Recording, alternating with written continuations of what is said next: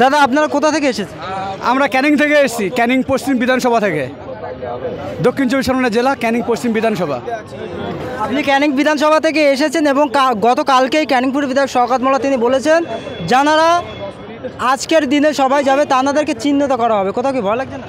কোনো ভয়ের কারণ নেই, ন্যায্য প্রতিবাদ করব, ন্যায় বিচার চাই, কোনো ভয়ের জায়গা নেই। হুমকি ধুমকি দিয়ে মানুষকে চমকানো যাবে না। বাংলার মানুষ স্বতঃস্ফূর্তভাবে এখন আছে, এলাকায় থাকবে।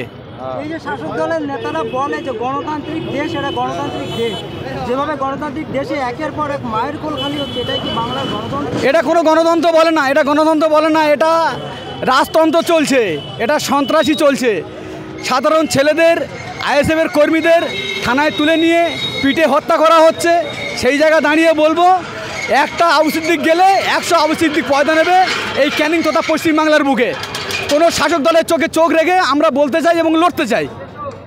আগামী দিনে লড়াই আরও আমাদের তীব্র হবে।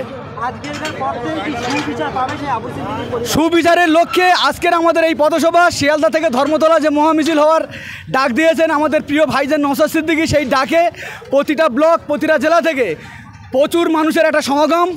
আপনারা কিছুক্ষণের মধ্যে বুঝতে পারবেন, দেখতে পারবেন, এই শিয়ালদা চত্বর পুরো ভরে যাবে।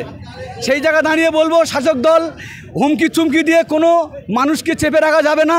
অন্যায়ের প্রতিবাদে মানুষ ঝাঁপিয়ে পড়বে, চোখে চোখ রেখে লড়াই হবে।